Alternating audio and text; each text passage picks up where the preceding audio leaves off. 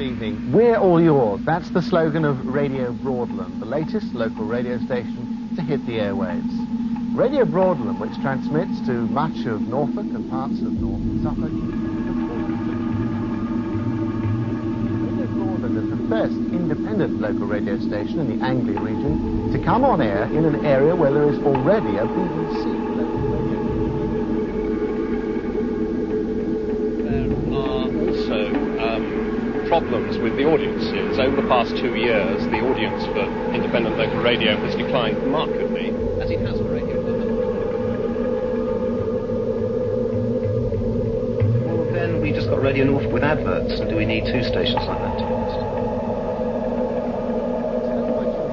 With strong established local competition and increasing pressure from the pirates, can this fledgling radio station build itself an audience?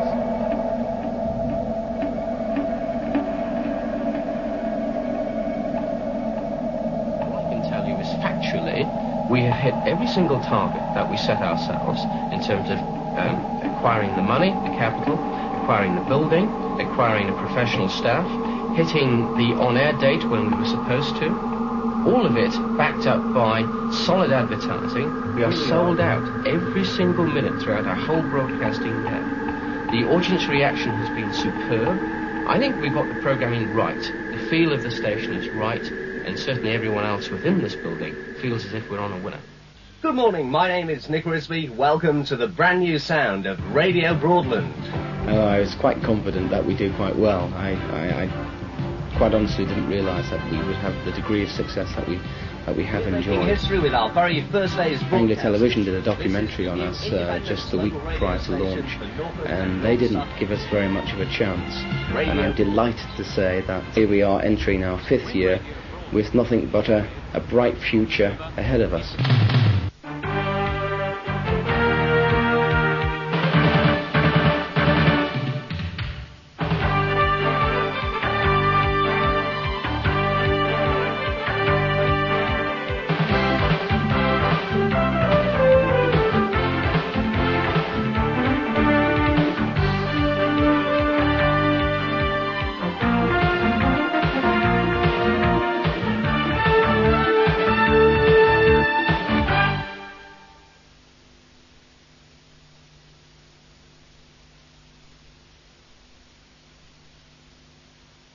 Hello and welcome to Radio Broadland 4 years on.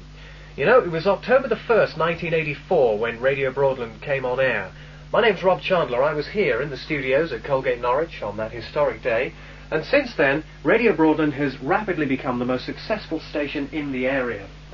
But when you switch on the radio and you hear the music and the chat, the local news, the commercials, imagine for a moment the kind of work that's going on behind the scenes to make Radio Broadland the success it is, 24 hours a day, 7 days a week. Here's a unique chance to see what's going on behind the scenes at Radio Broadland to bring you the sound of the station. You'll meet some of the personalities and presenters that you tune into every day. Radio Broadland, 4 years on.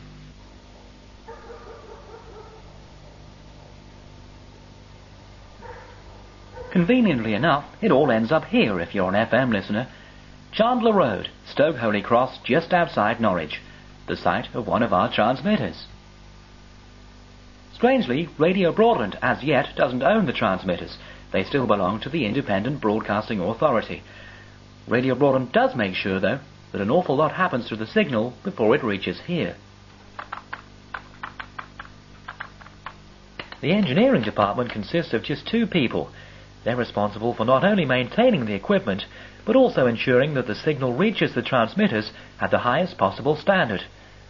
The quality the listener demands requires some high-tech equipment. This is our Optimod equipment. What basically the Optimod does is it sends out the signal to the medium wave transmitter and makes the quality sound much better than it normally would be.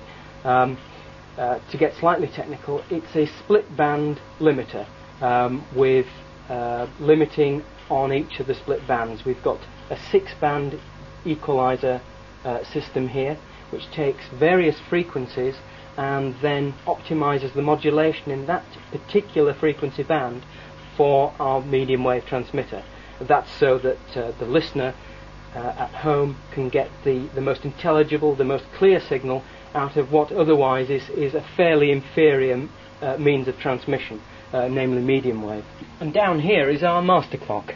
This is the clock that drives all the other clocks in the building and keeps them all in synchronization so that we know exactly the right time. The clock is driven from a radio clock in Rugby in Warwickshire, which is received on the 60 kilohertz frequency band. The clock in Rugby is driven in turn from a master clock which is at Greenwich, at the Greenwich National Physics Laboratory, and that is totally controlled and is accurate to within 1/10,000th of a second. This massive equipment is usually trouble-free, but just in case any of it should fail, Radio Broadland has the staff to repair it.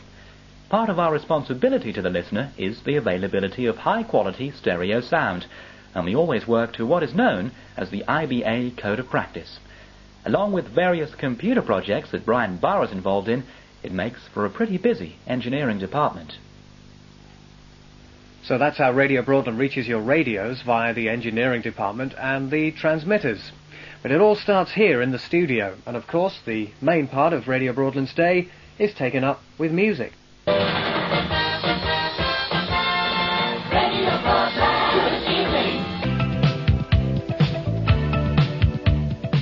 Music is very important on Radio Broadland. It takes up a great part of our output, and it's also one of the reasons, I think, why people tune in to hear the station. It's popular, familiar music. It's music which is melodic. It's never harsh. It's not hard music. It's the sort of music we think appeals to people across the board, the sort of music you can always listen to and enjoy.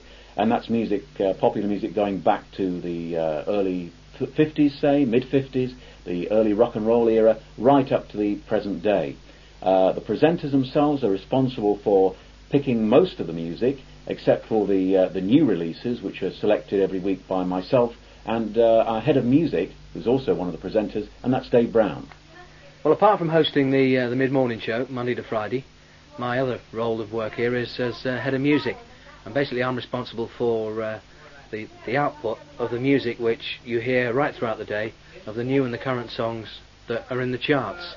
And the playlist itself is a list of records, which most radio stations have. I've got one in my hand. It doesn't look much, but it's basically a list of A, B and C records. The A list basically contains the records which we think are the current big hot hits of the day.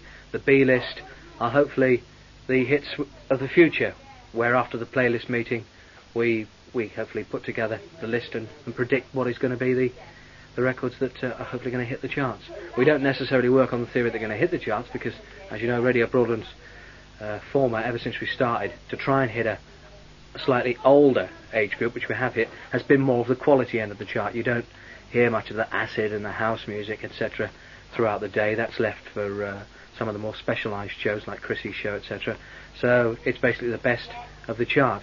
Also, I'm in charge of the library. I'm helped out by Steve, who's not here at the moment. He's the librarian. It's our job basically to keep the records in their place. They're logged in alphabetical order. I'm also in charge of all the new product which comes in, which is actually held in that cabinet. It is logged and recorded, and one of everything is put into that cabinet and held for a certain period of time. And we have a playlist meeting every Wednesday afternoon, which is why, if you listen very carefully, you'll notice on a Thursday some records on a Thursday that you maybe would not necessarily have heard on a Wednesday, and it's a rolling format like that, really. Interesting job, because I like music. Deal with all the reps as well, especially on a Friday, because the reps want to know what records are on the playlist. So obviously they want theirs on. So all in all, apart from my role of present the mid-morning show, this bit does keep me pretty busy.